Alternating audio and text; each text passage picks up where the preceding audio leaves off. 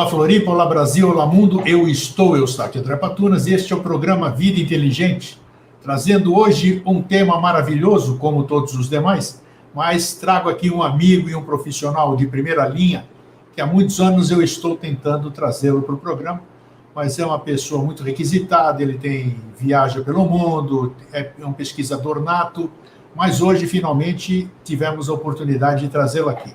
É o jornalista Pablo Villarrubia Mauso, ele vai confirmar se essa pronúncia está certa, né? Porque ele nasceu no Brasil, os pais são espanhóis e ele atualmente reside em Madrid, na Espanha. E aí, Pablo, como é que você está? Querido amigo, acertou plenamente. Pablo Villarrubia, Mauso Hernández Suete, de Manuel Linares. Tudo isso, se quiser. Se não, fica só Pablo Villarrubia Mauso mesmo, e o Pablo Villarrubia tudo bem, né, em português, né? Mas olha, eu fico muito feliz, viu, Eustáquio, de verdade. Primeiro de te reencontrar e pedir 1000 perdões pelo fato de não ter atendido. Você tinha me pedido várias vezes antes de conversar, né? Sempre uma coisa ou outra surgia, realmente eu viajo. Agora não, digamos, em função do Covid, né? Estamos um pouco mais parados, continuamos fazendo reportagens pelo Quarto Milênio, né? Programa espanhol de trabalho, mas agora, logicamente, o ritmo baixou, né? Não como antes, que eu viajava semana sim, semana não, viajava pela Espanha, Portugal, França, geralmente, ou algum outro país, eventualmente, Rússia, São Tomé e Príncipe, Bolívia, qualquer outro lugar, para fazer as reportagens, né, sobre mistérios. Pablo, você é formado em jornalismo e numa bela de uma escola, né? Na Casper Libero, uma grande escola. Para mim, eu considero a melhor. Tem outras aí e tal, mas Casper Libero é Casper Libero, né? Então sem dúvida. Olha, você falou a Casper, que saudades da Casper Libero, porque além do mais, naquela época que eu estudei, né, lá, que foi anos 80, ainda havia aqueles antigos professores que eram sábios, não era o típico técnico, né? Eram sábios, Eustáquio. Você sabe quem eu tinha? Eu cheguei lá, acho que os primeiros dias, e tinha assim, uma matéria que era antropologia. Imagina, antropologia em jornalismo. E quem era o professor? Nada mais, nada menos que o Aurélio de Abreu, aquele grande arqueólogo que escrevia para a revista Planeta, né? Olha só. E teve vários livros sobre arqueologia misteriosa, que também gostava do assunto OVNI. Ele me introduziu 1000 histórias, e quando, logicamente, ninguém conhecia ele lá, os alunos, pelo menos da nossa classe, né? E quando disse, olha, professor, cheguei para ir lá com o livro dele, né? Que acho que era o Mistérios da Cultura Brasileira, não lembro. Professor, você pode dedicar aqui, fazer um autógrafo e tal? Para o meu filho, você conhece minha obra?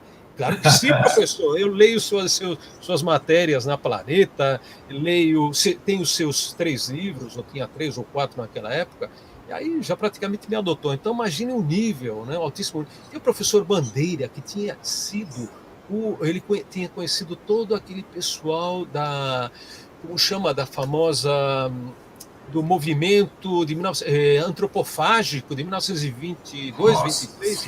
Ele já era um senhor idoso naquela época, já tinha talvez 80 e tantos anos, né? E ele era o nosso professor de literatura brasileira, então o nível era muito alto. Era um corpo docente fantástico, né? Todas as escolas eram assim, né? Que coisa. É uma pena que tenha mudado tanto a educação no Brasil. Eu não sei se onde você vive. Eu acho que em geral também, né? Aqui tudo bem, é um pouco mais reforçado, sem dúvida, claro. Tudo. Mas eu acredito que aqueles sábios, pessoas que têm aquele conhecimento enciclopédico, esse tipo de pessoas estão desaparecendo. Você é um típico enciclopedista, você é um exemplo disso, né? Você tem uma cultura enciclopédica. Hoje, tudo bem, você tem a cultura da Wikipédia, né? Wikipedia, né? Que é outra coisa, mas aquele conhecimento que você assimilava e você processava, você conhecia de história, você conhecia arqueologia e tal, isso praticamente desapareceu nos moldes daquela época de muita reflexão, de pessoas que não só aprendiam, como reflexionavam, né? Mas nós tivemos o privilégio, né? O privilégio, porque mesmo eu estudei em escolas particulares, porque eu podia, né? Meu pai podia me proporcionar isso, meus pais, mas até as escolas públicas, no meu tempo, eram fantásticas. Tinha uma formação excelente, não é o que a gente vê hoje, né? Infelizmente, degradou tudo. Então, nós somos de uma geração privilegiada em termos de termos tido a oportunidade de ter como mestres pessoas verdadeiramente mestres, né? Que deixaram um legado e fizeram essas pessoas hoje que dirigem o país, estão nos meios como sucesso, né? Isso é bacana, isso mostra que o berço é sim muito importante. A formação.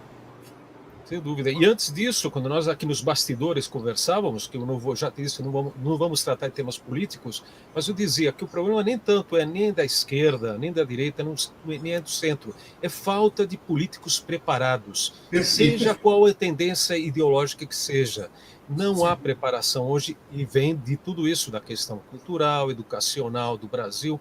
Então, também isso afeta muito a política brasileira, que nós estamos vendo que está polarizada em função de falta de conhecimento dos próprios políticos, falta de cultura. Essa ilustração antes, você encontrava políticos tanto da direita como da esquerda com grandes conhecimentos, né? Poetas, escritores. Hoje nem sabem falar, nem sabem escrever, né? Então já aí começa a dificuldade. A gente vive aqui se lamentando dos amigos que vão embora, né? Esses nossos ícones, essa velha guarda, os nossos atores preferidos, os nossos professores, os nossos amigos, nossos colegas. Mas isso é cíclico e faz parte da vida, né, Pablo? Você falou Pablo, você veio dessa escola, da Casper Libero fantástica. O que levou você a fazer jornalismo? Depois nós vamos partir para que tipo de pesquisa que você trabalha. O que levou você a fazer jornalismo, optar na sua carreira por jornalismo? Veja só, justamente é curioso, né? Eu queria viajar para conhecer lugares, principalmente conhecer sítios arqueológicos, e para fazer também matérias de ufologia e parapsicologia. É curioso porque eu já tinha esse sonho. Viajar era o primeiro objetivo, e nessas viagens, logicamente, fazer reportagens sobre aqueles temas que eu gostava, né? Que gosto, logicamente, até hoje. Então, esse foi o meu objetivo. Eu tinha feito antes propaganda e publicidade na FAP, na Fundação Armando Álvares Penteado, que era muito boa faculdade também. Mas veja só que curioso, porque eu cabulava, digamos, quando eu cheguei já ao segundo ano. O primeiro ano era muito bom porque era uma formação geral. Você tinha psicologia, antropologia, você tinha uma série de matérias, digamos, formadoras, né, fundamentais e importantes. A partir do segundo ano eu comecei a ver a questão da propaganda e não gostei daquilo que vi. Então eu já estava inscrito no curso e continuei, mas eu cabulava e ia assistir às aulas de rádio e televisão, por exemplo, que hoje trabalho, né? Há 15 anos, aliás, trabalho, veja só como fui parar aqui de forma casual, nem procurei, né? Cheguei nesse programa que é o Quarto Milênio, né, que é um programa especializado em mistérios, no qual estou há 15 anos na Espanha. Então, eu assistia, por exemplo, aulas com o professor Máximo Barros, que é um grande cineasta, né? Fizemos até moviola, não sei se as pessoas sabem o que hoje é uma moviola, ele é aquele aparelho, né, para você fazer montagem, né, edição de filmes, tudo na base do analógico, né, não era nada digital. Então, fazíamos, digamos, curta-metragens, fazíamos os chroma key, que hoje temos aqui, qualquer um de nós pode colocar uma tela. Atrás de mim, o chroma, isso aqui vai ter chroma key, tá vendo? Exato. Tudo isso era feito no braço, realmente, com Maurício Valim, outro grande amigo que está já há muitos anos na TV Cultura também, o Valim. Veja só que curioso, porque agora lembrei da Cultura, e lá trabalhou como motorista o Tiago Machado. Imagina só, o grande caso, o Tiago Machado, né? Ele de Pirassununga, né? Acho que foi em 69, se não me engano. Então, ele trabalhou muito tempo, e eu acho que até Maurício conheceu o Tiago Machado na TV Cultura. Então, esses referentes, digamos, de estudo são importantes. Quando você tem uma boa base, você acaba conhecendo. Eu conheci, acho que o Salvatore de Salvo, né? Era o Salvatore, né? O professor Salvatore, que era professor de Química na FAAP. Isso. Era um indivíduo genial. Tinha muitas pessoas que achavam que não, que aquelas teorias dele, né? Ele era um cara adiantado no tempo, né, o Salvatore, né? Exatamente. Ele estudava muito a questão da como era mesmo o nome, da psicotrônica. Isso, exatamente. Ele era um grande pesquisador. E ele eu conheci lá na FAAP, tive o prazer de conhecê-lo lá, e eu acho que até assisti uma palestra do grande Flávio Pereira, lá na FAAP também. Flávio Augusto Pereira. Os OVNIs, né? O saudoso professor Flávio Pereira. Idade, E era outra pessoa, digamos, como nós falamos ao princípio, dessa cultura enciclopédica, né? Era uma pessoa muito inteligente, muito culta, né?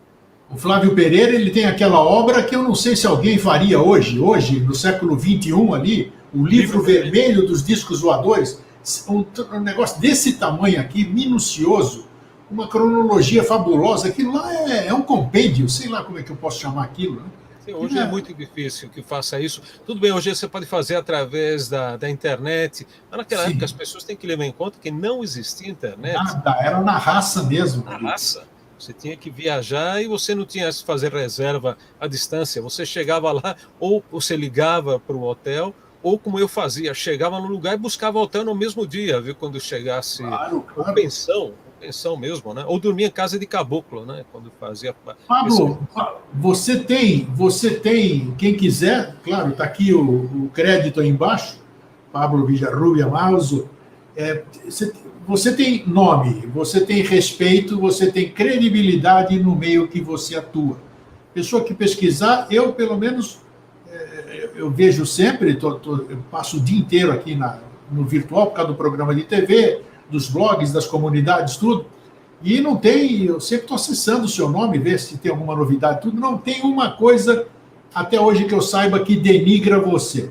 E espero que sim.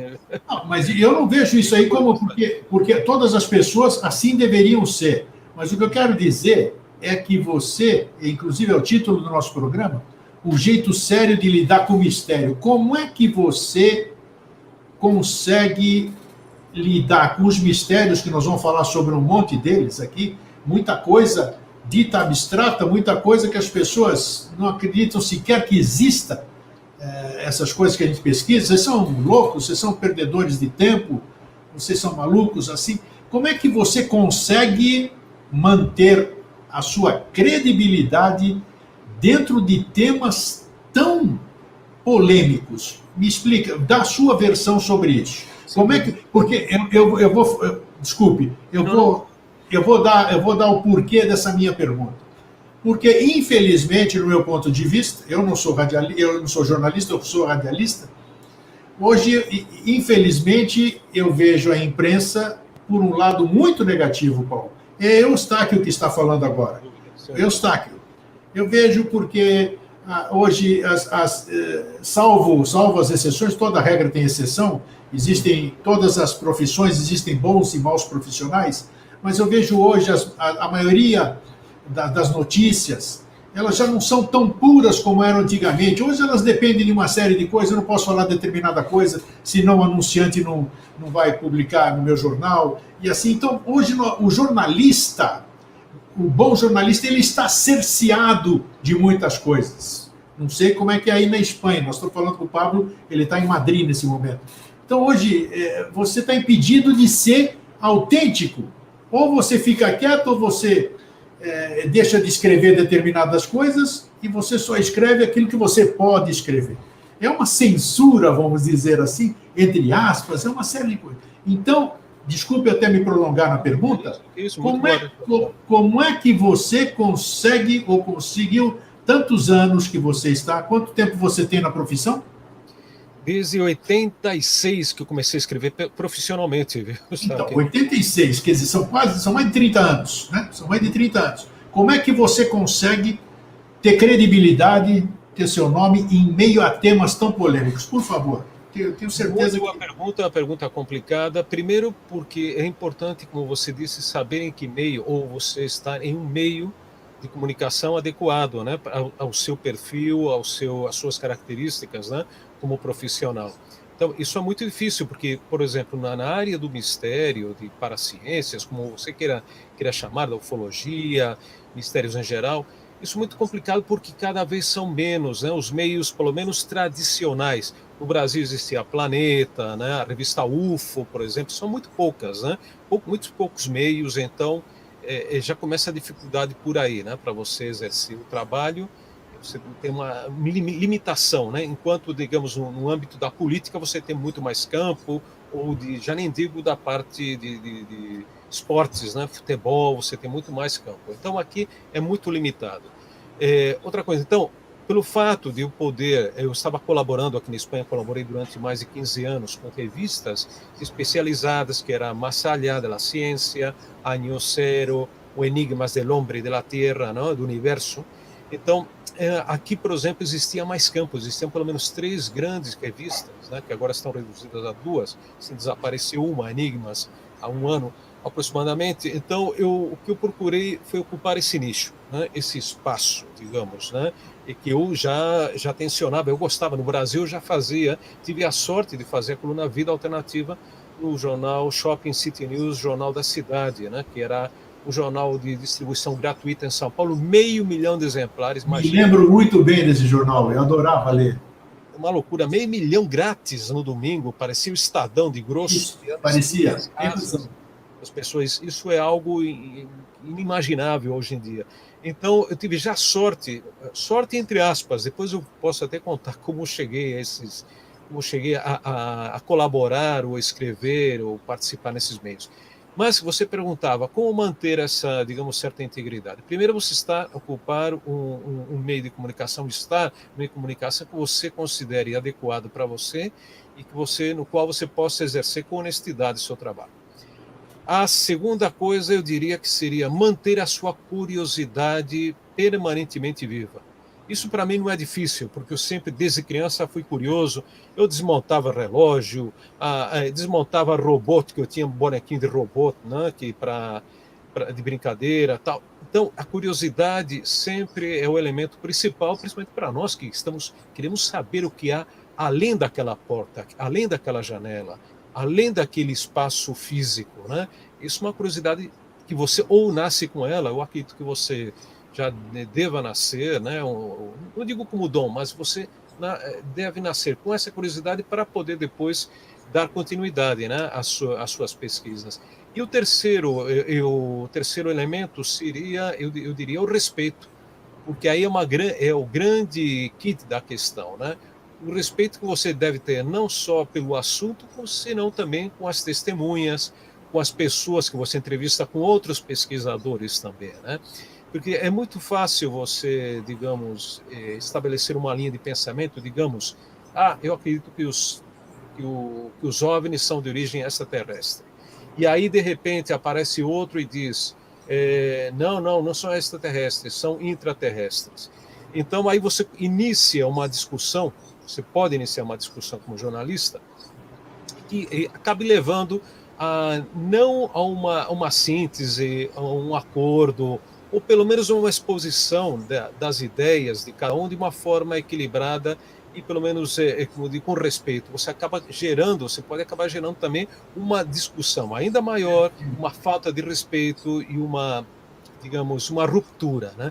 Então, acho que o jornalista, nesse caso, meu trabalho, é um trabalho de equilíbrio. Por exemplo, se um dos meus entrevistados acha que o ET do Varginha apareceu debaixo da terra, do mundo subterrâneo, eu vou ouvi-lo pacientemente, vou transcrever essa entrevista, vou colocá-la, né, também, logicamente vou contrastar se essa pessoa tem uma certa idoneidade, se isso for dito, digamos, por uma dona Irene Granke, ou, não sei, um Ubiratã, né, eu acho que são pessoas que têm já certa credibilidade. O Ubirajara. Perdão, o Ubirajara, né, Franco Rodrigues, né. Então, eu daria esse espaço, logicamente. Se eu, uma pessoa que não conheço, procuro verificar essa pessoa, ter mais conhecimento sobre o trabalho dessa pessoa, sobre as ideias dessa pessoa, ou se não, colocar tal como, digamos, eu posso até colocar numa matéria, essa pessoa que eu conheci em tal cidadezinha no interior da Bahia, não, uma pessoa simples, opinou ou me contou essa história. Então, eu traço um pouquinho o perfil dessa pessoa e transmito, né, e reproduzo aquilo que ela me contou. Então, eu acho que atuando com equilíbrio, com respeito, por isso eu digo, principalmente, o meio em que você está. Você, logicamente, não vai escrever sobre isso numa Folha de São Paulo ou Estado, que eles vão te atacar, né? Logicamente, você não são jornais que deem espaço para isso. Seria muito mais fácil no passado Notícias Populares, né, que você escrevesse. Com certeza. E apesar das críticas que possa ter, era aquele jornal que você exprimia, saía sangue, né? Era um dos poucos jornais que publicavam notícias sobre parapsicologia, sobre Isso. astronomia, Junto com o astronautas, Diário da Noite, né? O Diário da Noite. Diário da Noite, por exemplo, que já não existe, né? Não, que... Então você vê, primeiro, como digo, o meio onde você vai escrever, a curiosidade e o respeito como você trata não só a notícia, como as pessoas que participam dela, né? Porque é interessante. Hoje você... Está certo que hoje, para o meu público aqui, que é um público diferenciado, porque os temas que eu abranjo aqui no Vida Inteligente são fora da mesmice, digamos assim. Então tem muita gente que desconhece você. Ninguém sabe quem é o Pablo Villarrubia Villarrubia, vai conhecer hoje. Então, é bom a gente estar levando esse tipo de informação para as pessoas verem que existe forma, existe maneira de se fazer em qualquer área de atuação desempenhar a sua profissão com idoneidade, com integridade, com seriedade, que é o que você faz. Eu acho incrível você manter isso, porque é fantástico. É fantástico, porque até hoje a gente não sabe o dia de amanhã, né? Exato. Até hoje você é um cara que, pô, nós que conhecemos você, e quem é dessa lista, dessa linha de esoterismo, de misticismo, pé no chão, né? Porque existem diversas linhas nisso aqui. Pé no né? chão, exato. Principalmente na ufologia, que é um campo, nossa, extraterrestres, discos voadores, é um campo delicadíssimo, é pisar em ovos. Então você ter credibilidade assim, opa, o artigo é de quem? É do Pablo Villarrubia Mauso. Opa, então eu vou ler, porque ali eu sei que eu vou encontrar seriedade. E por falar nisso, nós já vamos entrar aqui, porque aqui, como você sabe, que não tem pauta, eu te avisei antes, né? Aqui a gente vai atropelando tudo quanto é tipo. Eu quero passar para o público, e nós vamos falar um pouquinho sobre isso também, quero passar, além de jornalista, você é escritor, né? Parece que você gosta de documentar aquilo que você faz, né? Logicamente. Eustáquio, deixa só lembrar uma coisa também, que talvez muitas pessoas não saibam. Eu escrevi durante 25 anos na revista Família Cristã, aí do Brasil. Colaborei desde 95 até o ano passado. A revista está em crise, espero que ela volte a sair, a revista cristã, onde eu escrevia, principalmente temas de viagens, também sobre alguns temas sobre, por exemplo, se eu visitava um mosteiro no norte da Espanha, né, eu escrevia sobre a história desse mosteiro, escrevia, por exemplo, sobre Santiago de Compostela. Olha que legal, sim. Também escrevia sobre viagens em geral. Acho que eu escrevi uma reportagem para a Família Cristã, já veio uma das últimas, deve ter sido sobre o Sri Lanka. Quando eu estive no Sri Lanka, eu contei um pouco sobre a presença portuguesa, que poucas pessoas conhecem, né? Lá nessa ilha, né? Que antes chamava Ceilão, né? Até algum tempo atrás, né? Os portugueses conheciam como Ceilão. E Sri Lanka é um lugar maravilhoso, e aí estiveram mais, acho que quase 200 ou 200 e poucos anos, estiveram os portugueses no Ceilão. Então eu contei um pouco sobre a presença também do cristianismo no Ceilão, muito pouco conhecida. Eu fiquei admirado quando visitei o país, porque eu vi, por exemplo, uma estátua de Santo Antônio na rua, no meio da rua, numa pracinha, e ao lado uma imagem do Buda. E ao lado uma pessoa rezando com as roupas típicas, né, da ilha, né, rezando ajoelhada diante da imagem do Santo Antônio, e ao lado outra pessoa, né, fazendo uma devoção a uma oferenda ao Buda. Né? Então achei muito bonito essa presença. São 10% mais ou menos da população de origem cristã. Então isso é um exemplo. Depois eu colaborei durante 25 anos, infelizmente até a extinção, o ano passado, da revista Calunga, que talvez vocês lembrem porque era agora é uma distribuidora, né, de papelaria, de produtos informáticos. Sim, e tal. Claro. E existia até no papel, essa revista era publicada, acho que até 5 anos atrás, era publicada na forma de um catálogo. Saía um catálogo distribuído, não sei se tinha 500 mil de exemplares, e curiosamente muita gente acabou me conhecendo através da revista Calunga, até pouco tempo atrás, como eu digo, que havia a edição dela online, e eu fiz, acho que a última matéria. Qual foi a última? não sei se o ano, eu sei que o ano passado não, o ano anterior, 2019, fiz uma matéria sobre os 50 anos da Apollo 11, Olha que bacana. e que eu tive o prazer de recordar esse momento, né, que eu vivi, você viveu também, até melhor que eu, lembra mais, eu lembrava assim vagamente, mas eu lembro, né, daquele momento histórico, e também entrevistei uma pessoa queridíssima minha, que é o professor Reinaldo Garcia, deixa eu ver se tem a foto dele por aqui. O professor Reinaldo Garcia, ele foi, deixa eu ver se eu encontro, tinha ela por aqui, não estou encontrando. A ver se eu localizo. O Reinaldo Garcia, eu conheci quando eu tinha 16 anos, ele era um dos. Acho que foi presidente da Associação Paulista de Astronomia, lá no Bom Retiro. Puxa. E aí conheci muita gente interessante. Conheci, por exemplo, o Rômulo Argentieri, não sei se você lembra, daqueles livros que hoje você encontra no sebo. Os primeiros livros de astronomia, astronáutica no Brasil, foram publicados pelo Rômulo Argentieri já nos anos 40, imagine só. Eu conheci lá. Nos anos 70 eu conheci o Rômulo, fiquei muito amigo dele até a morte dele nos anos 90. Conheci o Rubens de Azevedo também. O Rubens de Azevedo era um astrônomo fantástico. Todos eles, sim, não acreditavam em disco voador, né? Eles não acreditavam, salvo o professor Reinaldo, que acho que é o único que está vivo ainda, continua vivo daquela geração. Ele está com 90 anos, mando aqui um abraço para ele, um grande abraço para o meu querido mestre e amigo. E ele sim que teve até experiências ufológicas, o Reinaldo Garcia, assim, maravilhoso. E eu mencionei ele nessa matéria também da revista, né, da revista Calunga. E depois eu colaborei, olha só, também durante vários anos com uma revista totalmente cética nesse sentido, que é a super interessante no Brasil, muito interessante aqui na Espanha. Sensacional, revista sensacional. Matéria, aí publiquei, por exemplo, fiz uma biografia do Rômulo Argentieri, fiz outra sobre o Alexander Kazantsev, que é vamos dizer assim, não foi o Eric von Däniken, o pai, digamos, da moderna, que hoje chama alienígenas ancestrais, né? Que nós dizíamos antes os astronautas do passado, né? Que era a linha do Eric von Däniken.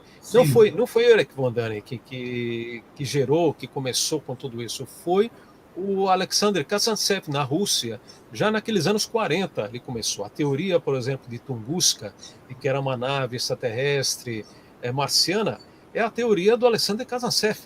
E eu tive a honra de localizá-lo e entrevistá-lo no ano 2001, se não me engano, morando numa dacha perto de Moscovo, como dizem nossos amigos portugueses, e junto com o nosso amigo Juan Antônio Sanz, que ele fala fluentemente russo, era da agência F de notícias. Então eu insisti, vamos tentar localizar o professor Alexander Kazantsev, que está desaparecido, ninguém sabe dele.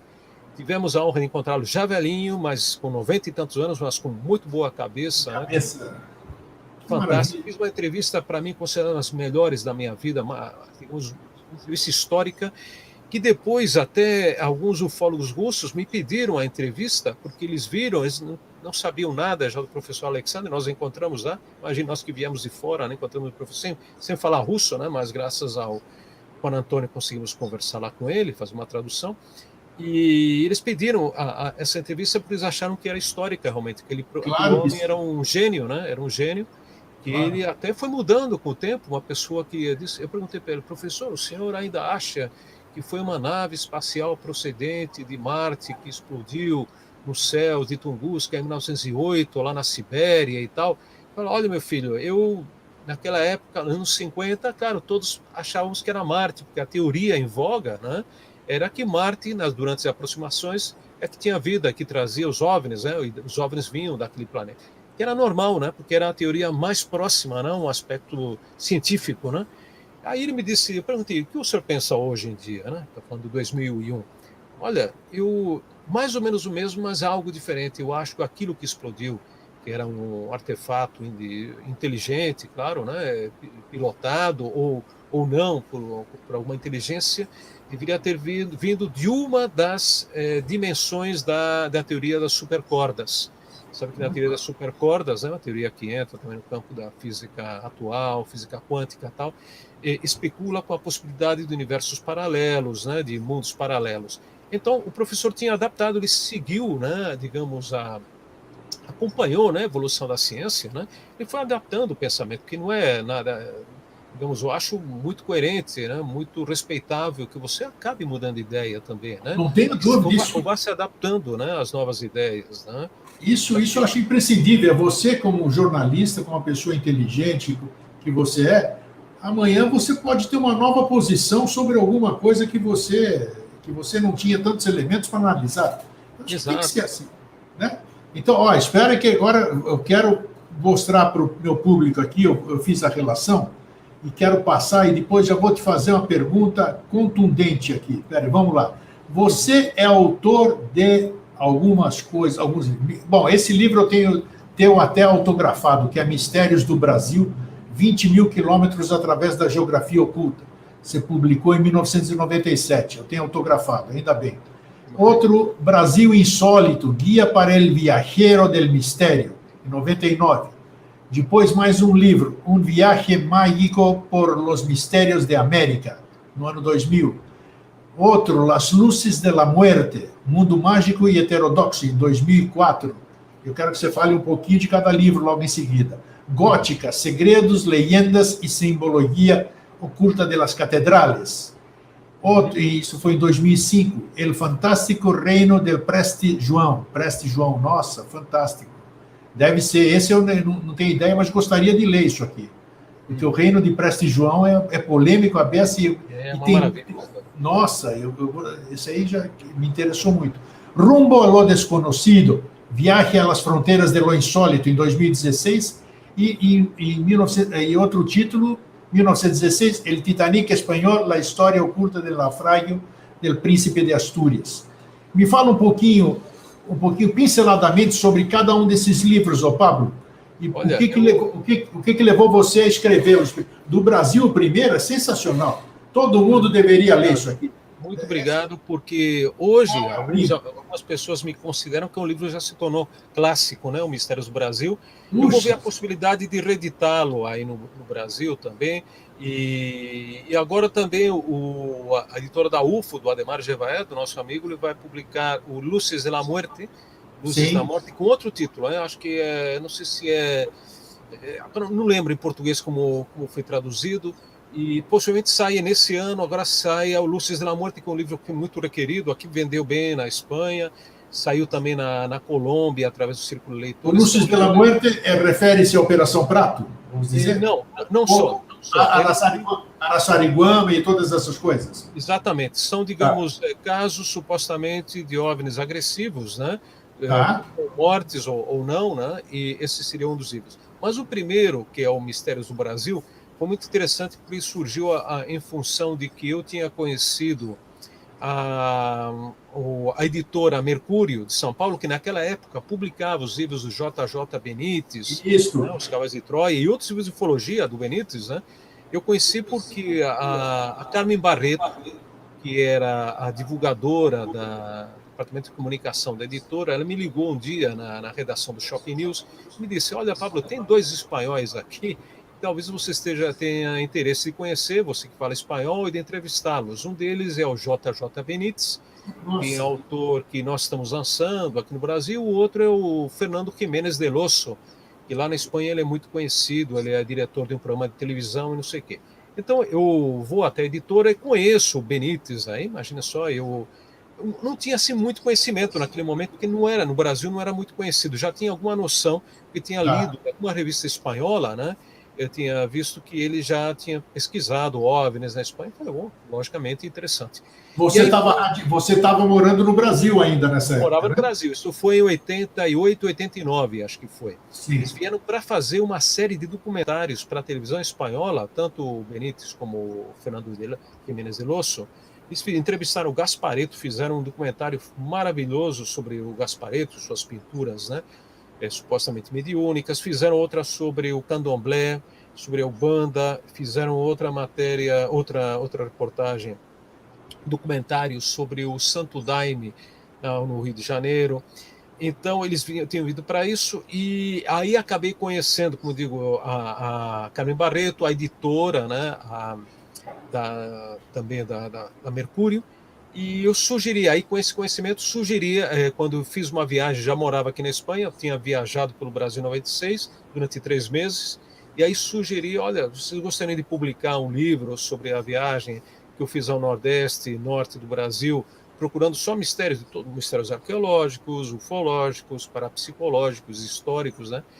E eles toparam, né? E publicaram esse livro que, como eu digo, hoje muita gente procura, inclusive aí nos sebos e tal. Tem pessoas que me escrevem, né? Olha, Pablo, eu comprei o livro no sebo e tal, gostei muito. E porque é algo difícil, né? De fazer. Já naquela época era difícil porque não tinha, como eu dizia, não tinha internet. Eu chegava praticamente a, assim, digamos, ao lugar, né, como te disse, nem sabia se eu ia poder dormir em um hotel, uma pensão. Sim. Chegava de repente no final da tarde, né? De repente eu dormia em casa de caboclo, né? Gente lá no Amazonas, à beira do rio, e começar a fazer a pesquisa de campo. Lá não tinha informação praticamente prévia, alguma coisa, né? Alguma informação por alguma revista, né? Pela revista da UFO, qualquer outra planeta, mas pouco mais. Então era mesmo na raça. Você chegava e tinha que conversar com as pessoas, né? Você sentava, conversava com as pessoas geralmente de mais idade e não sei, ia no bar mesmo, conversava com as pessoas no bar, ia na rua, na praça, sentava com aqueles senhores, né, certa idade, perguntava para eles. E aí começava, né, a pesquisa de campo, era mais ou menos nessa base. E eu gosto muito desse livro porque foi uma iniciação, para mim foi uma viagem iniciática, como todas as viagens são, praticamente eu diria, a que você faz, nós, por exemplo, que gostamos desses assuntos, né, quando viajamos buscamos algo mais, não é só simplesmente você ficar jogado aí na areia, né, tomando sol, não é isso, né, nós outro objetivo. Então, eu achei bonito porque acabei conhecendo muitas pessoas, conheci lugares maravilhosos. Eu conheci o outro Brasil, o verdadeiro Brasil, não aquele das grandes cidades, né, que também tem seus problemas, logicamente, mas via a realidade daquele do caboclo, do nordestino, a realidade como os fenômenos, de uma forma geral, o fenômeno poltergeist, o fenômeno OVNI, é visto de uma maneira muito mais, digamos, espontânea, não é vivido de uma maneira muito mais espontânea por essas pessoas, né? Então, eu recomendaria todos são nós. Pessoas simples demais, né? Simples. Você vê a verdade estampada, eles te contam aquilo lá como, sabe, não tem interesse nenhum em aparecer em lugar nenhum, porque eles não conhecem lugar nenhum.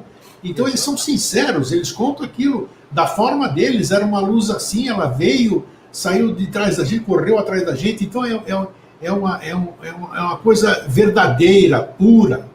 E aí você saber tirar proveito daquilo lá, transformar aquilo em matéria, é sensacional mesmo, porque vem de uma pureza incrível, não tem essa malícia, essa invenção que cada um faz, né? Se você fosse fazer o Mistérios hoje, você acabou de dizer que está pensando até em reeditar, você daria um bom número de páginas adicionais, né, ou não?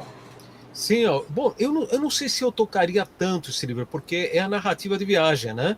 Eu acrescentaria, talvez faria alguma observação, algum capítulo extra explicativo de alguma coisa que posteriormente eu tenha pesquisado, né?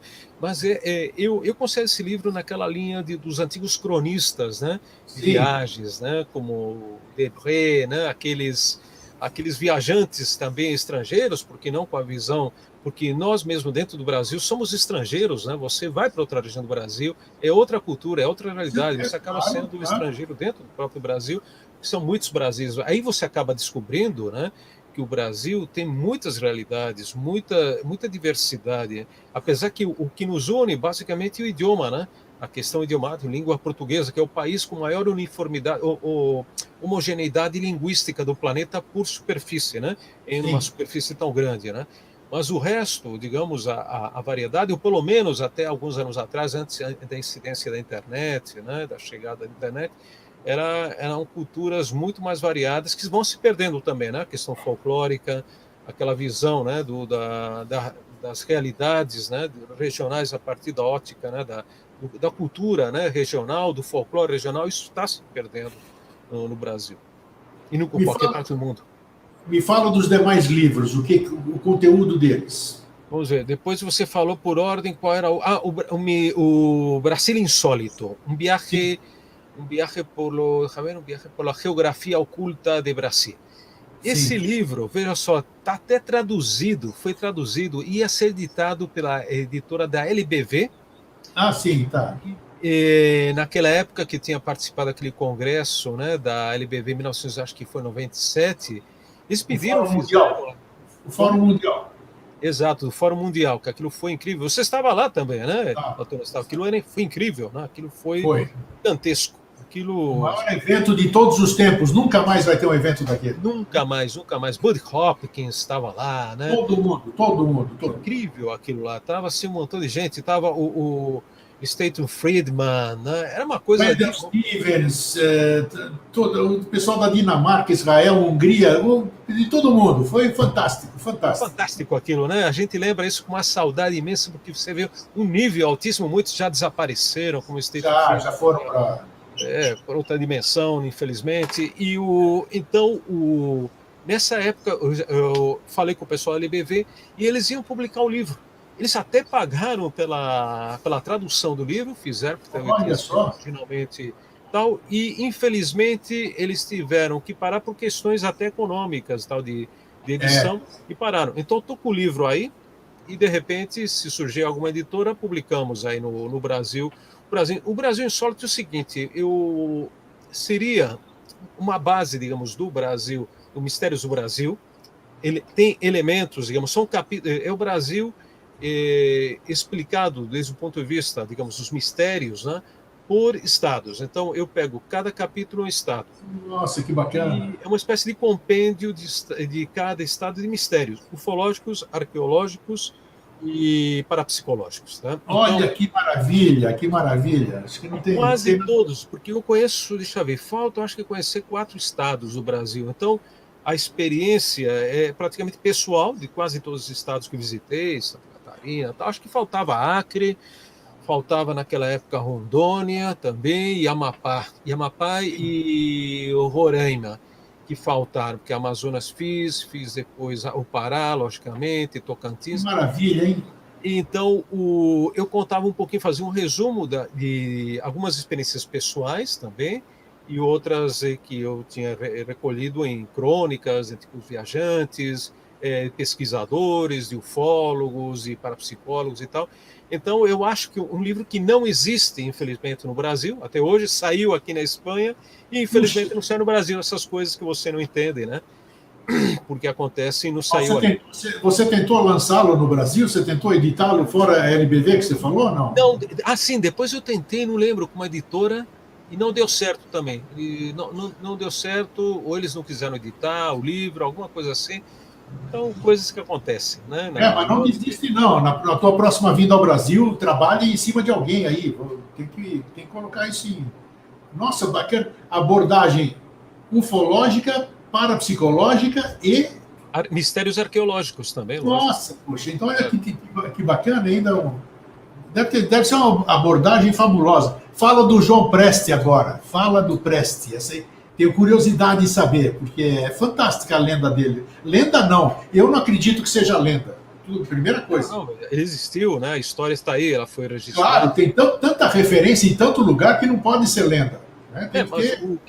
Mas ele virou, vamos dizer assim, que ele virou uma certa lenda, né? Virou uma lenda, na verdade, que é uma história que transcendeu, uma história que ficou, digamos, no boca a boca lá em Araçariguama e acabou dando a volta ao mundo, né? Através, já não digo não só pela nossa pesquisa do Suenaga, do Cláudio Suenaga e eu, mas também pelos precedentes.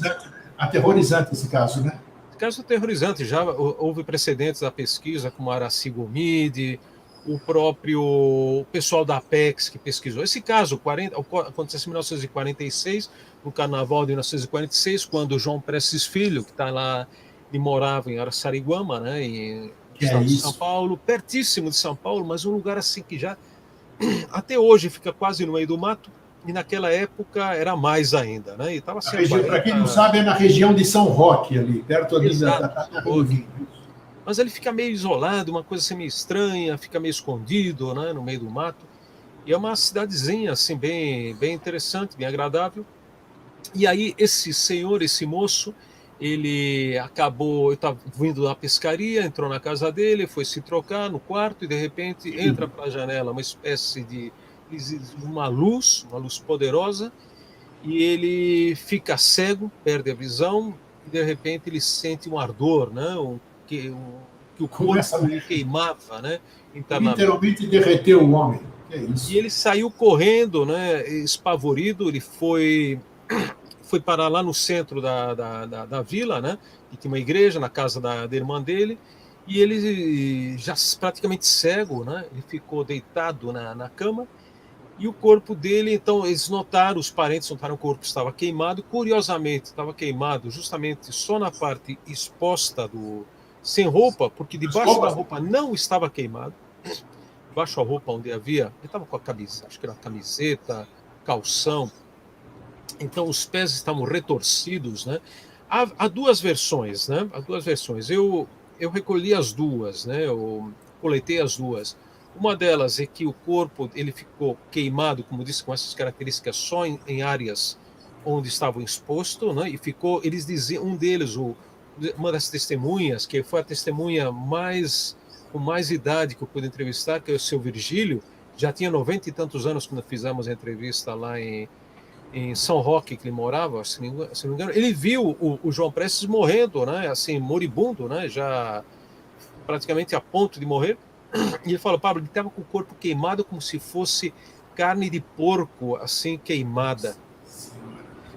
E os dedos, assim, os dedos dos pés, das mãos, em forma de garra, né? Ficou a mão, claro, ficou encolhida, né? A mão ficou toda, digamos, perdeu, né? A umidade, né? O corpo. E outra versão que também eu coletei mais tarde, acho que foi em 2012, era uma senhora que disse ter visto pedaços do corpo caírem, né? Caírem, essa foi demais. Essa foi demais. Pedaços de pele que se soltava do corpo. Soltava tiras, né? Assim, incrível. Do corpo. Então, esse foi uma morte lenta e atroz, eu diria, né? E o curioso que nessa região havia muitas aparições do que chamavam boitatá, né? Isso. Essa bola de fogo, muitas aparições de OVNIs. É uma região, digamos, janela, né? Windows mesmo, que pode se abrir um portal para outras realidades, de repente, né? Tem essas características, né? Ou tinha, pelo menos, Araçariguama, né? Pablo, entre todos esses livros que você escreveu, essa história, As Luzes, que esse caso está nas Luzes também, com certeza, né? No livro das Luzes, né? Qual é a tua visão, a tua visão do fenômeno disco voador? Porque eu não vou falar UFO, porque o UFO é algo não definido. Nós estamos falando de disco voador. Unidentified é não definido, não identificado. Qual é a tua opinião sobre o fenômeno disco voador? Bom, eu acredito em disco voador porque eu já vi disco voador. Então, eu já presenciei disco voador, não é luzinha. Luzinha, então, nem se fala, mesmo fazendo aquelas evoluções fantásticas, mas eu não sei o que eram aquelas luzinhas. Se era disco voador, se era balão, se era qualquer coisa. Mas, então, disco voador, pelas pesquisas que eu faço há 60 anos, né? E de colegas de ilibada idoneidade, de pessoas que eu ouvi ao longo da minha vida. O fenômeno existe, isso é líquido e certo. Qual é o seu ponto de vista sobre a origem dos objetos que voam aí, seus tripulantes? Isso que eu quero saber. Você chegou a alguma conclusão de tudo isso que você conversou? A sua conclusão? Vai lá. Quanto mais anos tem passado, quantos mais anos tenho estudado, tenho mais dúvidas a respeito. É isso que aí é que está. Veja só, esses últimos meses que eu tenho mais tempo para poder ler, estou lendo mais os livros do Jacques Vallée, do John Keel, do Caravaca, que é o José Antônio Caravaca, é o grande pesquisador também aqui em espanhol. Fico, não sei se mais confuso ou com mais dúvidas. A única certeza que eu tenho, querido amigo, é que o fenômeno existe. Essa é a única certeza que eu posso dizer. O fenômeno, não tenho dúvida. E que os céticos ou negacionistas, como eu digo, né, são pessoas que, primeiro, não pesquisam, na verdade. Né, são pessoas que geralmente não fazem pesquisa de campo. Né, e quando você faz um pouquinho, que você tem acesso às testemunhas, ou você mesmo que tenha sido, digamos, testemunha de uma coisa, você já percebe a partir daí que há uma outra realidade. Então, essa é a única certeza. Agora eu estou desenvolvendo o que eu poderia chamar uma teoria, né? que na Sim. verdade não é uma teoria, na verdade é um conjunto de teorias. Chama-se, eu pus o nome o outro dia aí, forma um pouquinho até aleatória, que é a teoria holística, tá? Teoria Sim. holística não é nada mais, nada menos que englobar várias teorias, né? Perfeito. E porque houve uma época que o próprio, vamos ver, para mim um dos maiores ufólogos do mundo, que eu tenho muito respeito, é o Jacques Vallée. Tá? O Sem Jacques dúvida. Vallée, francês, cidadão também estadunidense. O Jacques Vallée, ele também oscilou muito. Ele começou com uma ideia, né, de que todos os objetos eram naves extraterrestres procedentes de outros planetas. Depois ele foi, não digo mudando, sim, ele foi mudando, foi adaptando o pensamento à medida que Sim, ele ia claro. pesquisando, né? Normal. Então ele chegou à conclusão de que, bom, ele não chegou a nenhuma conclusão porque ele não fecha, não deixa fechado nada. Por exemplo, que o fenômeno OVNI faz parte de um conjunto muito amplo, né, de lendas e tradições que ele pode aparecer até no passado, digamos, na forma de íncubos e súcubos, as aparições extraterrestres, né? Ele fala isso? Ele pensa isso? Ele pensa isso, que no passado, os extraterrestres do passado, que apareciam nos sonhos, ou naquelas abduções, entre aspas, do passado, seriam Tá. íncubos e súcubos. Eu acho muito interessante, por Eu exemplo. não Né? sabia Agora, dessa versão dele. Nossa, envolver íncubos e súcubos com o assunto é inédito para mim. Eu nunca tinha ouvido isso. ele relaciona também a questão dos duendes. Os duendes seriam os extraterrestres do passado. Então, ele diz que, ele é um dos primeiros a teorizar aquela questão de que, de acordo com a cultura em que você viva, né, você vai interpretar o fenômeno de acordo com essa cultura. Então, no passado, os extraterrestres eram duendes, né, que apareciam. Os greys de hoje eram interpretados, digamos, como extraterrestres. E o mesmo seria hoje, que a interpretação que você dá a essas criaturas, supostamente porque você viveu na época da conquista espacial, o fenômeno Isso. OVNI aparece a partir de 47, digamos, os moldes modernos, porque era a época em que as V2 dos nazistas já eram conhecidas, que o homem já tensionava, né, já tinha intenção de chegar ao espaço. Então, a mente humana foi reproduzindo esses padrões da época. É a teoria, digamos, psicossocial que muitos céticos usam, mas o grande defeito dos céticos ou negacionistas é que eles só veem um fator sociocultural, psicossocial, né?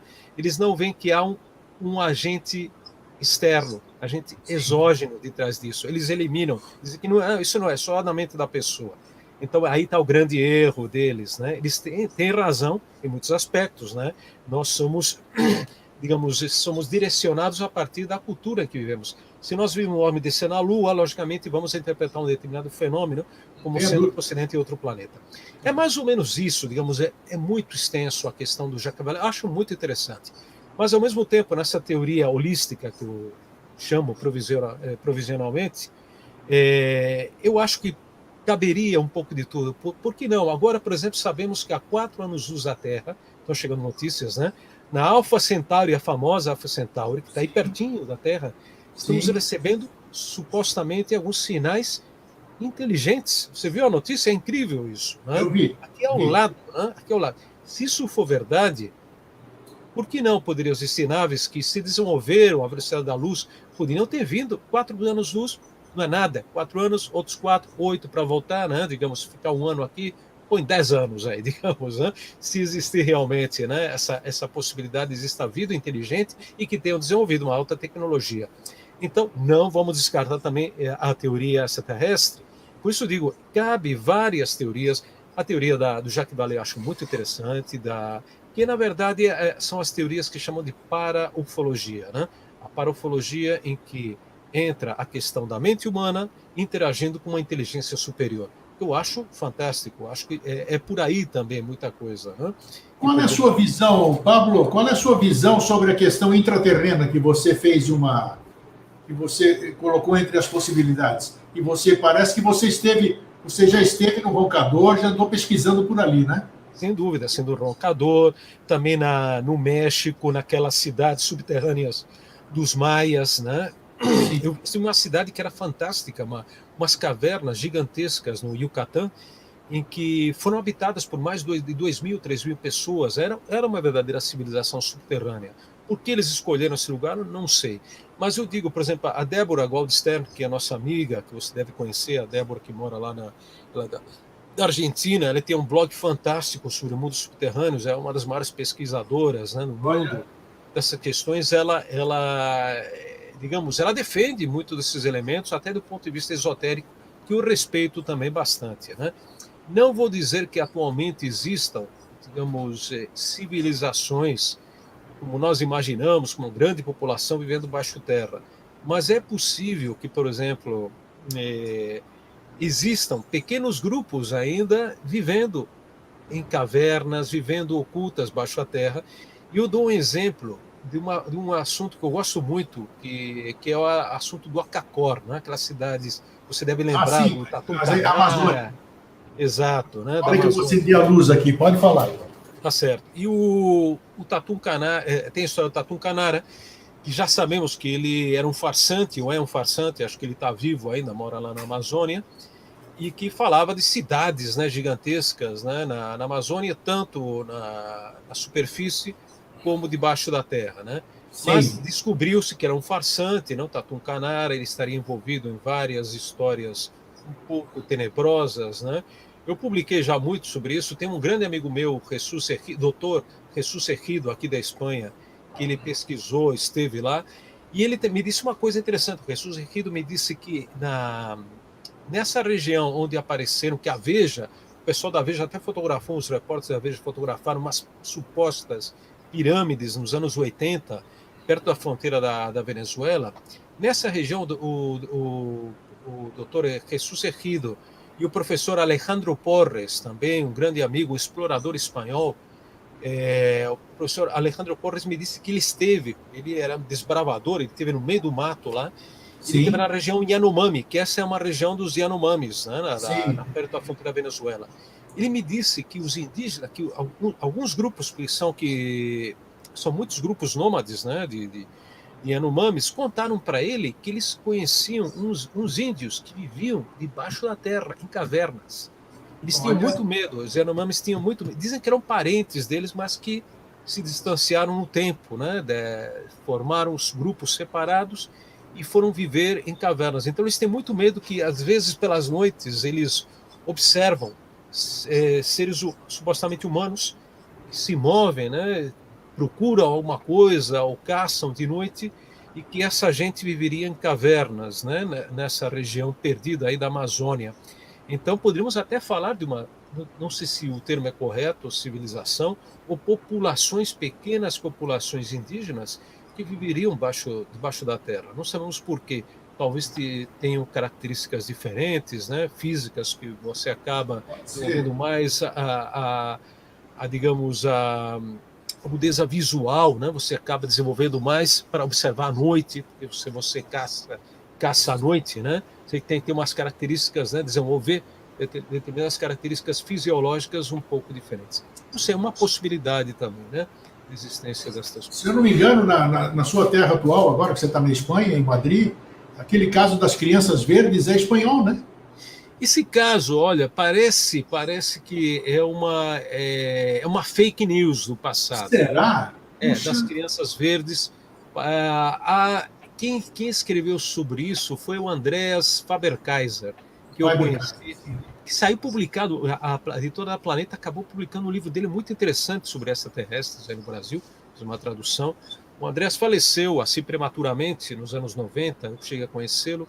Eu acho que foi ele que tratou desse assunto, eu não tenho certeza, mas se quiser, em outra ocasião, eu consulto a informação. Parece que a história também existia na Inglaterra, dessas crianças verdes que vinham do mundo subterrâneo, mas parece ser que era uma fake news. Tá?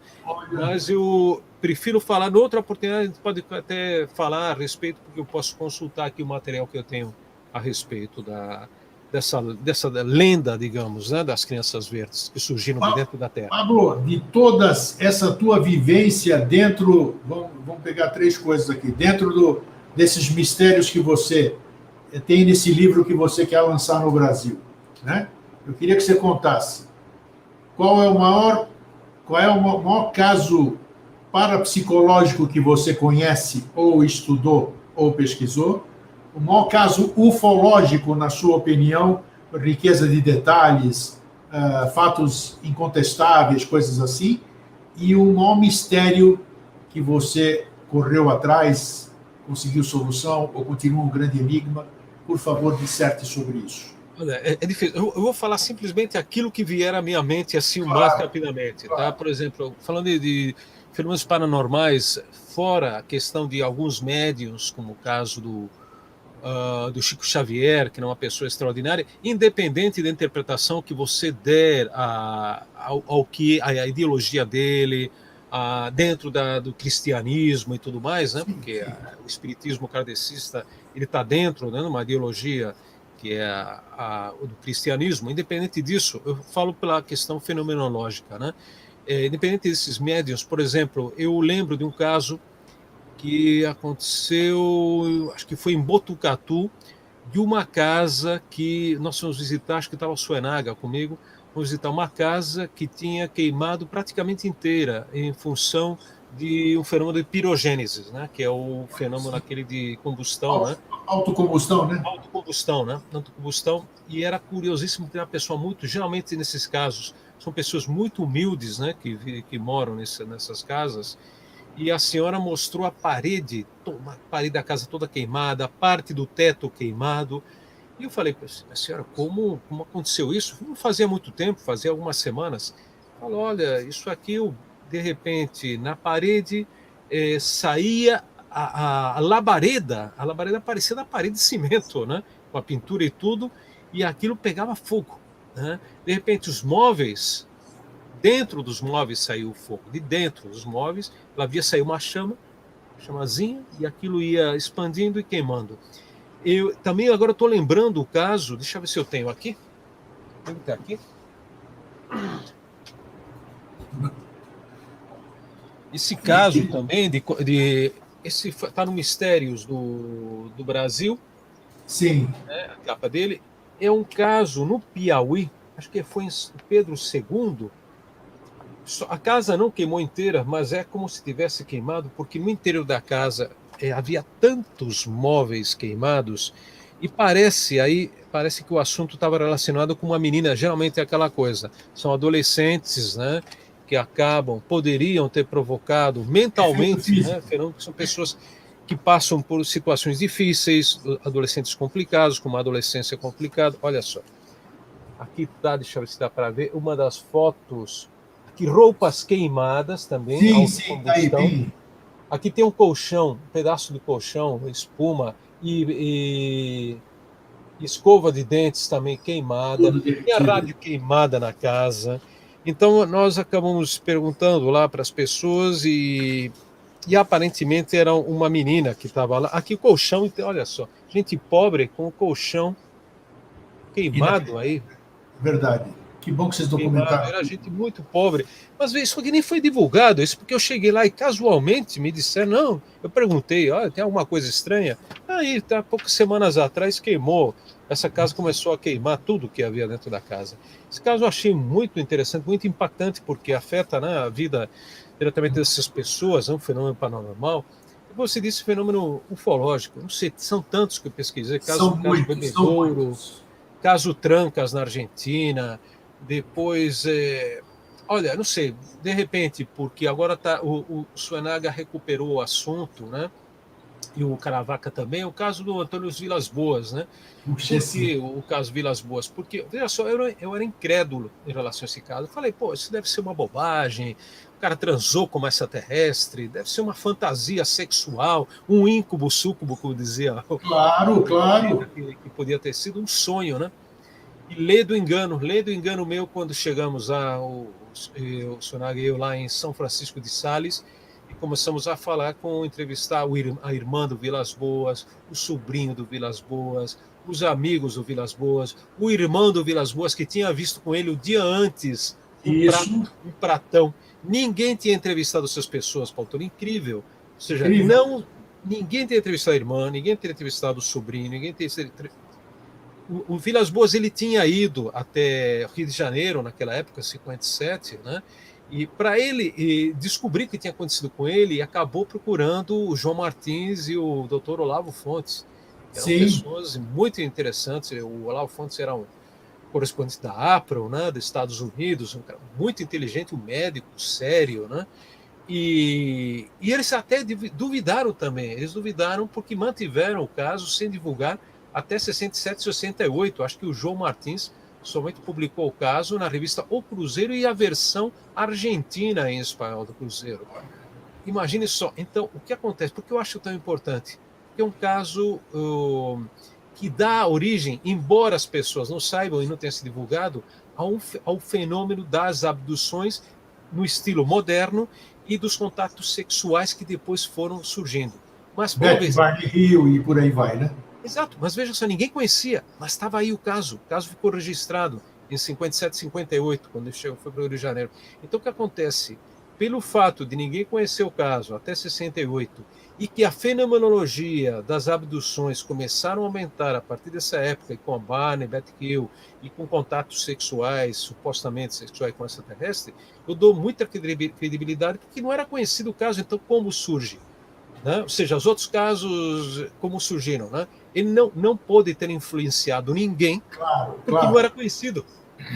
Então, aqueles que adotam a hipótese psicossocial, não sei o quê, balalá, da influência da mente humana, que da leitura, aí não tem isso, porque o caso não chegou, né, digamos, ao domínio público até mais tarde. Então, ele é um caso germinal, inicial, que dá um pontapé, né, de saída a toda essa fenomenologia estranha. Então, há um fenômeno exógeno, acabamos descobrindo coisas incríveis, né? Por exemplo, um filho do Vilas Boas me confessou, 2 anos antes da pesquisa, acho que foi no ano 2000, o estado de Tocantins acaba descobrindo, por uma verdadeira serendípia, por uma sincronicidade, uma coisa incrível, acabou conhecendo o filho do Antônio Vilas Boas, sem querer.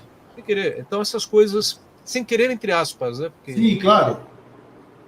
Eu até hoje não acredito. E ele é que me conta que o pai tinha sido sequestrado depois. Não, eu perguntei, não, isso eu sei que seu pai foi sequestrado, foi levado contra a vontade dele, né? A bordo do OVNI. Não. Meu pai foi 2 vezes sequestrado. Mas como isso? Foi sequestrado por um OVNI também depois? Não. Meu pai foi sequestrado, mas pelas autoridades norte-americanas. E aí ele me confessa que ele tinha até uma carta da NASA, dizendo, e a NASA confirmando que eu tinha pesquisado o pai dele, e ele tinha sido levado, supostamente contra a vontade dele, até os Estados Unidos, foi submetido ao teste do polígrafo, teste da verdade, e tinham levado ele para visitar uns hangares lá na Califórnia. Ele dizia que era Califórnia, mas não sabia dizer exatamente, para que ele visse, observasse 3 OVNIs. 2 deles em frangalhos, eram restos de OVNIs, e um deles inteiro. E perguntaram para ele, esse foi como o que você viu lá em São Francisco de Sales, 57, em outubro? Ele falou, não, nenhum deles é parecido com aqueles que eu vi. Então, ele foi levado, isso me contou o filho. Já no dia seguinte, quando tentei conversar com ele outra vez, ele se fechou, ele não quis falar mais do assunto, e aí ficou assim, até que no ano 2002, o Suenaga localizou a irmã, a Aldércia, do Antônio Vilas Boas, São Francisco, e fomos para lá e continuamos a pesquisa, verificando que isso foi verdade, que a própria irmã chegou, ela atendeu o irmão e ela confirmou tudo aquilo que tinha dito o filho, né, do Antônio Vilas Boas, que ele tinha sido levado para ser, possivelmente, uns dizem que foi a CIA que levou ele até lá, né? Outros dizem que foi um projeto secreto, que aquilo foi uma farsa. Agora, essa nova teoria surgiu, acho que no ano 2000, de que os americanos teriam feito uma experiência, um experimento no Brasil de falsa abdução, que eles teriam chegado, o pessoal da CIA, através daquele projeto MK Ultra, e outros, o do Mirage Man, projeto Mirage Man, não sabemos exatamente se existe ou não, que teriam ido com um helicóptero americano camuflado até São Francisco de Sales, jogado um gás sobre o Antônio Vilas Boas, levado uma prostituta asiática para ele transar com essa prostituta. Ou seja, outra teoria da conspiração, possivelmente uma bobagem mais, né, gerada para desinformar. Muita imaginação, né? Muita criatividade. Olha, é muito mais fácil você acreditar numa teoria extraterrestre que acreditar nessa baboseira, né, que os Estados Unidos criaram, né, desinformando, né? que você acha qual é a sua opinião sobre o caso do Arthur Berlet? Eu acho um dos melhores casos da ufologia brasileira, embora eu sei que recentemente eu vi aí pelo YouTube e também pelo um podcast dizendo não, que esse caso é falso, não sei o que e tal. Eu tenho muitas surpresas desse caso, que eu acho que em breve eu vou publicar algo a respeito. Eu fiz uma pesquisa, eu tive lá, olha só, eu tive com a família do Berlet. Muito bom. Eu tive com a família, conversei também com, não sei se conversei com os familiares de outro caso que houve quase na mesma época de abdução em Sarandi, que pouca gente conhece. E há um terceiro caso, há 3 casos de abdução na mesma área. Olha. Isso é desconhecido. Falei com a filha do Berlet e tenho surpresas para breve, breve, sobre esse caso. Que bom, ótimo. É um caso muito bom, essa suposta viagem dele, tá? E ele não mentiu, possivelmente ele não mentiu. Outra coisa, como interpretemos, ou como ele interpretou também aquela situação. E outra surpresa que eu tenho também é o fato, infelizmente ela já faleceu. Aqui em Madrid eu fiz amizade com uma senhora extraordinária, que era a dona Hilde Menzel, uma senhora alemã que morava em Madrid, e ela foi a primeira secretária do primeiro grupo ufológico espanhol, que era a Sociedade de los Amigos de los Visitantes del Espacio, BURO, criado pelo Fernando Sesma em 1954, aqui em Madrid mesmo. Eles faziam umas reuniões, naquela época que era difícil, porque era a época do Franco, você tinha que pedir uma autorização especial para poder reunir mais de 3 pessoas, já era considerado confabulação naquela época, né? O Franco ditador, né? E então a dona Hilde, que eu fiz muita amizade, era minha avózinha ufológica, ela foi a primeira secretária dessa associação, e eu tive acesso a muita documentação que ela tinha. Ela conhecia muita gente na Alemanha, ela era amiga daquele casal, o Veit, escreve Veit com V, Veit, que eram os precursores da ufologia alemã. E atenção, um dia ela me mostra um álbum de fotografias dela, de casos de congressos ufológicos, e vejo ela junto com o Arthur Berlet na Alemanha. Que é isso? Hilde, a senhora conheceu o Arthur Berlet? Claro que sim, eu fui a tradutora dele. Eu fui a tradutora e acompanhei ele e tal, porque é o seguinte, como eu falo espanhol e um pouco de português, ele veio aqui falando aquele alemão antigo, daqueles colonos alemães, o baixo alemão, né, que chamavam, e ele falava aquele alemão que ninguém entendia aqui. Ele pensava que ia ser entendido, né, mas era aquele alemão do século XIX que ele falava. Então, eu era a única lá que falava espanhol e um pouco de português, e eu fui intérprete dele. Tenho aí as fotos e tal, Dona Hilde, conversas da Dona Hilde com ele, né? E falava uma pessoa muito simples, muito simplória e tal, né? E ele contava a verdade dele, realmente ele viveu aquilo lá. Pensamento. E tem essa surpresa também aí para contar. Olha, você vai contar então.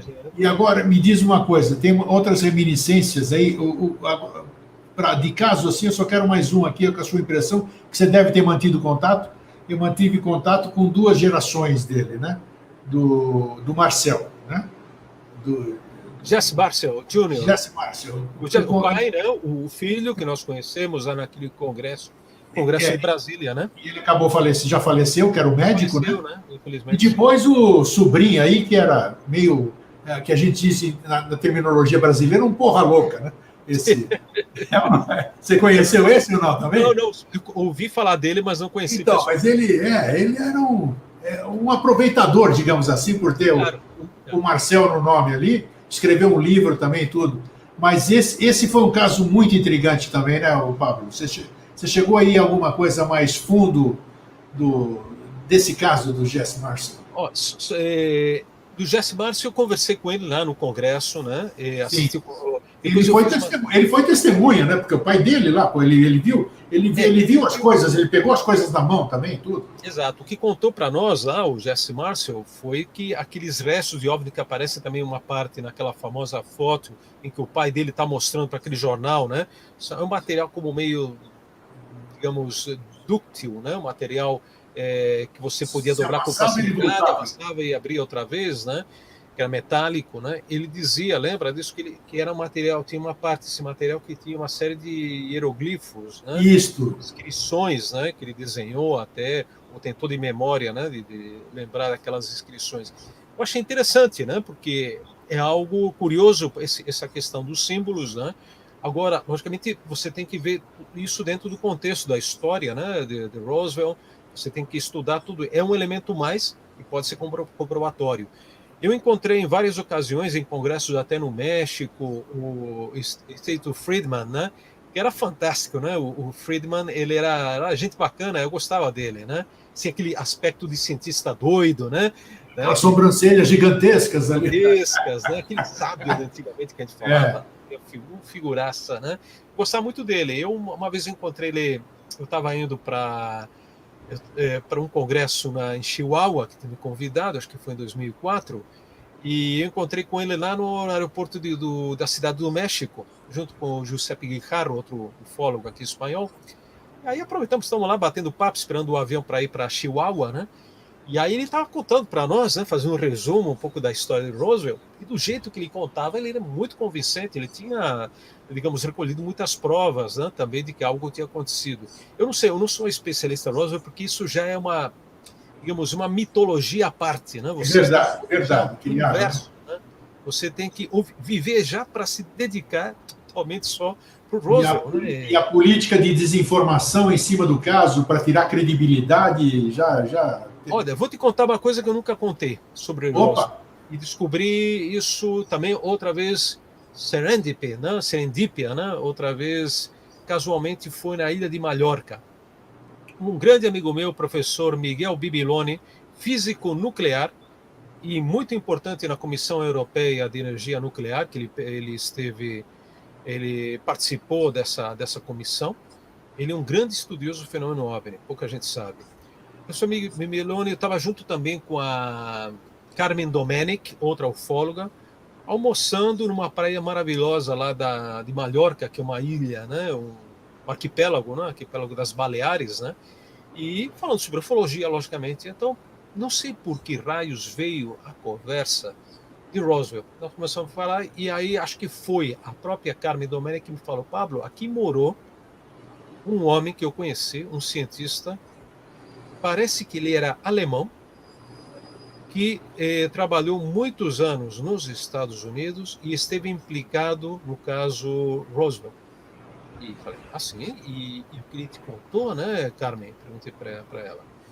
Falou, esse senhor disse que ele foi um dos cientistas que desenvolvia tecnologia secreta, né, totalmente um programa espacial ou aeronáutico secreto, e que ele trabalhava para Rolls-Royce, famoso fabricante, que não é só de carros, né?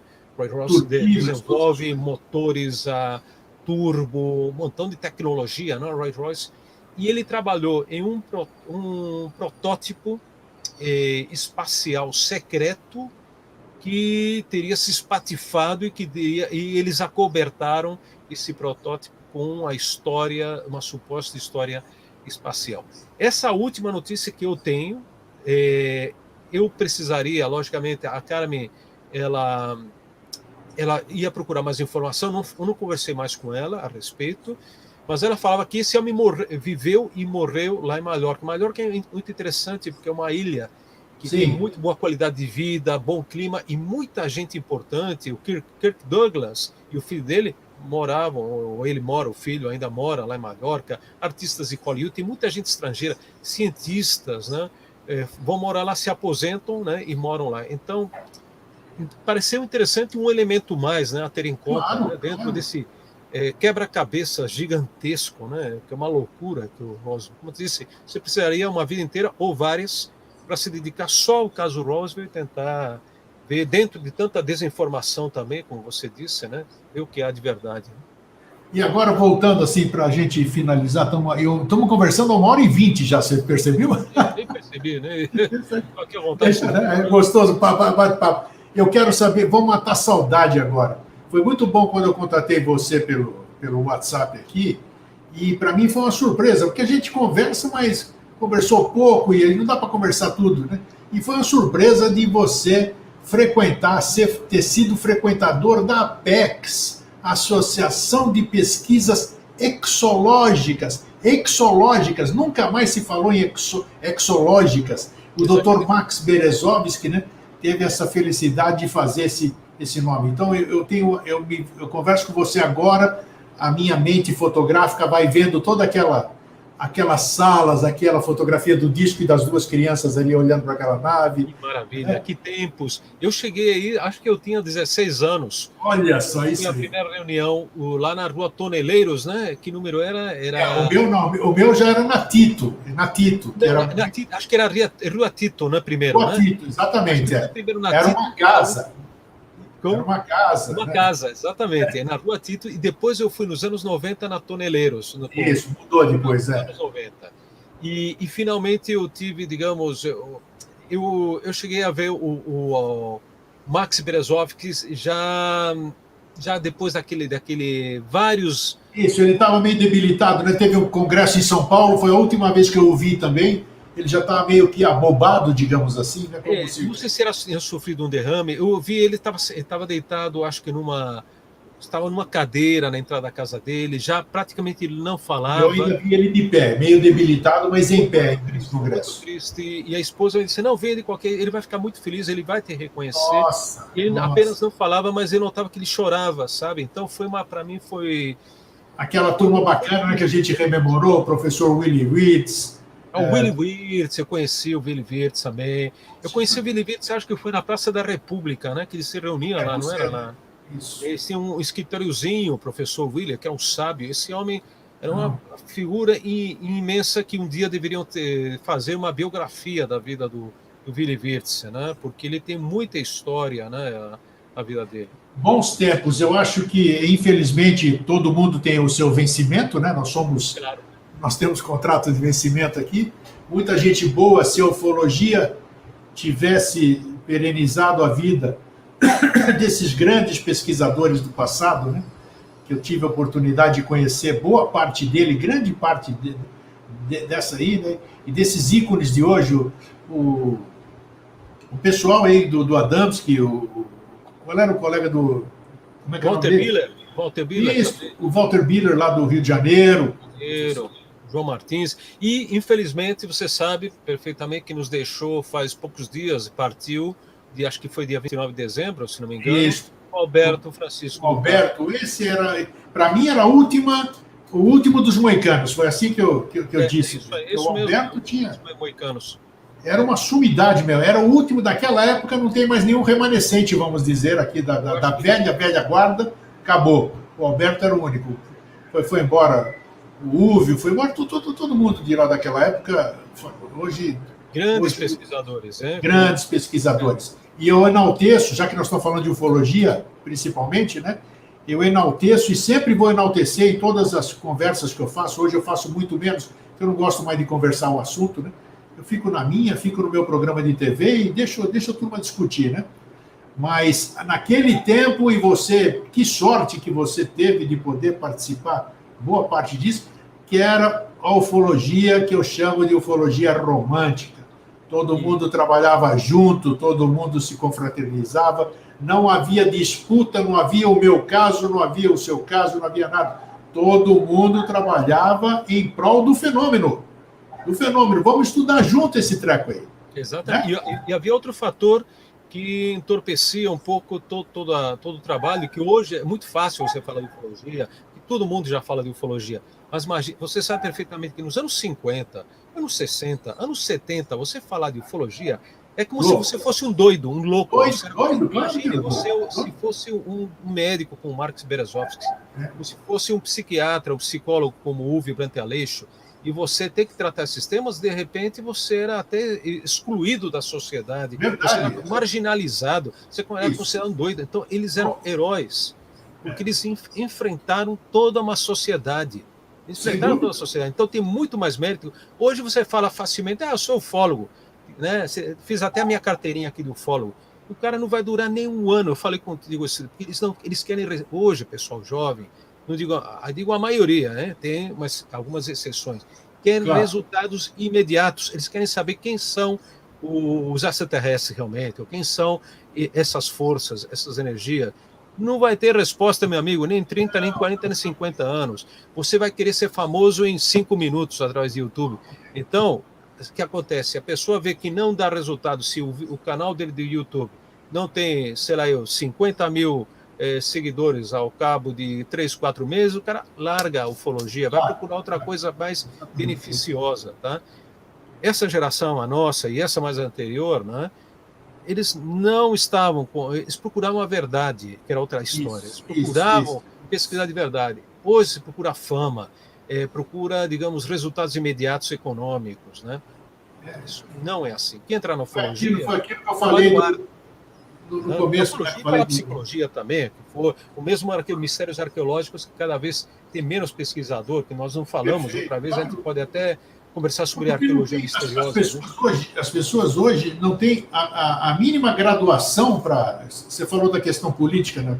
Eu acho que político deveria fazer administração pública, devia fazer curso que deixasse ele com o mínimo de condição de exercer um cargo público, né? Psicologia, um curso de psicologia. Isso, uma série de coisas, né? Uma série de coisas. Então, para estudar o fenômeno UFO, ou objetos voadores não identificados, você sabe tanto quanto eu que é necessário noção de uma série de matérias, astronomia, astrofísica, química, biologia, física, ótica, mecânica, uma série de coisas. Quem é que vai fazer isso aí? Hoje a gente faz vigília pelo computador. Já pensou como é que não é, pô. Então, hoje tem um perigo até você sair para campo, porque tudo mudou. Então, não vejo com bons olhos um futuro, vamos dizer, de decifrarmos o que eu considero, se não for o maior, é o segundo maior mistério da humanidade. Esses objetos voadores... Totalmente de acordo. É isso mesmo, viu, Patrão? Pablo, espero que esse seja o primeiro de algumas conversas nossas. Porque eu sei que você tem conteúdo e eu quero passar esse conteúdo, como eu disse no começo do programa, a gente passa coisas diferenciadas, a gente sai da mesmice. Então, como eu sei que você tem conteúdo, eu quero compartilhar esse conteúdo com o meu público telespectador. Então, eu espero que agora que nós rompemos esse véu que não queria ser rompido, né? Que eu não conseguia trazer você para o Vida Inteligente, demorou 15 anos, mas você apareceu. Estou aqui, viu, amigo então, Stark? Sem dúvida. Espero agora, como a gente reaproximou e temos os contatos agora eletrônicos, então fica mais fácil. Eu queria te agradecer pela sua disposição, eu sei que a diferença de fuso horário aí para frente, para nós aqui ainda é tarde, para você já é noite, você está vindo de um dia de trabalho, tudo isso aqui. Queria te agradecer essa boa vontade de compartilhar conhecimento com o meu público. Muito obrigado. E só lembrar, deixar nossa homenagem ao professor Alberto Francisco do Carmo, que desapareceu recentemente. E só lembrar também as pessoas que estão com um canal no YouTube faz pouco tempo, alguns meses atrás, que vocês colocando no YouTube Pablo Villarrubia Bauso, Villarrubia com 2 L's e 2 R's, vocês veem aí, estou fazendo uma série de vídeos em que comento não só ufologia, história e tudo mais, né? Você tem canal de YouTube, Pablo, ou não? É isso mesmo. É um canal de YouTube com meu nome, vocês vão colocar meu nome, e aí eu tenho fiz comentários. Vou colocar o crédito aqui, você pode ver o link, aí se não eu passo o link para você, e colocando o nome, né? Botando o nome. Tá, só para finalizar, eu esqueci, eu quero, antes de encerrar de vez aqui, eu queria que você falasse, você participa, como é que é você participa há 15 anos de um... programa. Eu sou repórter e roteirista do programa de maior sucesso aqui, não só da Espanha, como acho que da Europa. É mesmo? Que é o Quarto Milênio, capitaneado pelo Iker Jiménez, né, que é o diretor do programa. Que temas que aborda? Que temas? Tudo, inclusive ciência, conspirações, arqueologia misteriosa, ufologia, parapsicologia. É um programa muito completo, um programa que tem 2 horas toda semana, os domingos, né, no canal 4 aqui da Espanha, mas também pode ser visto pela internet. Se você colocar Quarto com C, Quarto Milênio, você pode ver até os programas anteriores. Aí eu fiz centenas já de reportagens ao longo desses 15 anos. Estão tudo disponíveis no site ali, entrando, está tudo lá.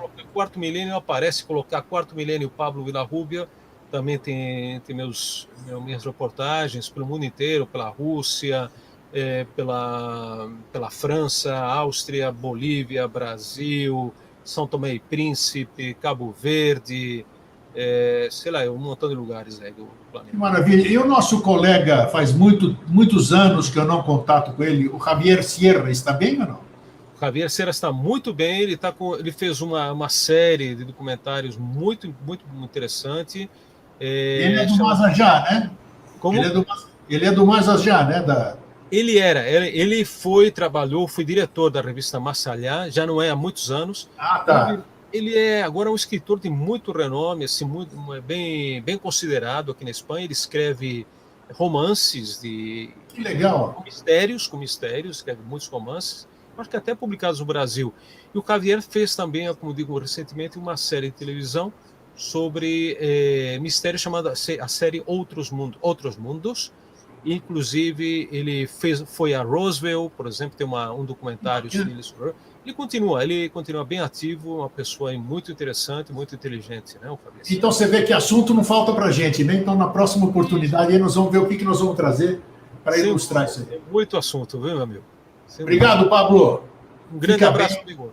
Esperemos que esse ano seja melhor também, né, para todos nós. Com certeza, vai ser. Tá bom? Forte abraço e mais uma vez muito obrigado.